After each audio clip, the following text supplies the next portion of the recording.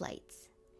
In this tutorial, we'll be showing you the steps to pair these Nanoleaf devices with the Nanoleaf app. Depending on the firmware of your device, the steps you'll need to do will vary slightly, so we'll be showing you both ways to pair, starting with the previous firmware versions. Before you begin, power cycle your device by unplugging it and plugging it back in, or for Skylight, turning the light switch off and back on. Once your device is booted back up, open the Nanoleaf app and tap the three dots in the top right corner of the dashboard, then tap Add Device. To make pairing as convenient as possible, there are three ways that you can pair your device: by scanning your QR pairing code, using NFC tap, or by entering your pairing code manually. When pairing is initiated, your camera will automatically open to capture your pairing code, which you can find on the manual that comes with your lights, as well as on your controller or processor, depending on the device. Hold the code in frame and it will automatically be captured.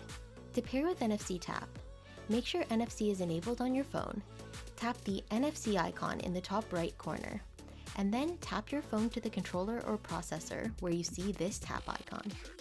To pair manually, tap the button and then tap Pair next to where the name of your device appears. Then enter the pairing code for your device, which you can find in the same place as your QR code, and then tap Next. Once your device is found, select your Wi-Fi network from the list of available networks, enter your Wi-Fi password, and then tap Next. You'll then be prompted to go to your settings to connect to your device's network. Tap Go to Settings, and then tap on the network with the name of your device to join it. Then, go back to the previous screen using your phone's back button or gesture. Tap Continue. You can then reconnect to your regular Wi-Fi network by tapping Go to Settings and tapping your network to rejoin. Then, go back to the previous screen using your phone's back button or gesture once again, and tap Continue. If the pairing was successful, you can then add your device to a room, give it a custom name, and set its orientation to allow the color animations to flow in the proper direction. Then, pairing is complete and your device will appear on your dashboard. With the newer firmware, you're still given the same three options for pairing.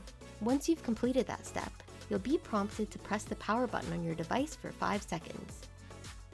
Then you can select your Wi-Fi network, enter your password, and pairing is complete. Add your device to a room, give it a custom name, set its orientation, and your device will appear on your dashboard.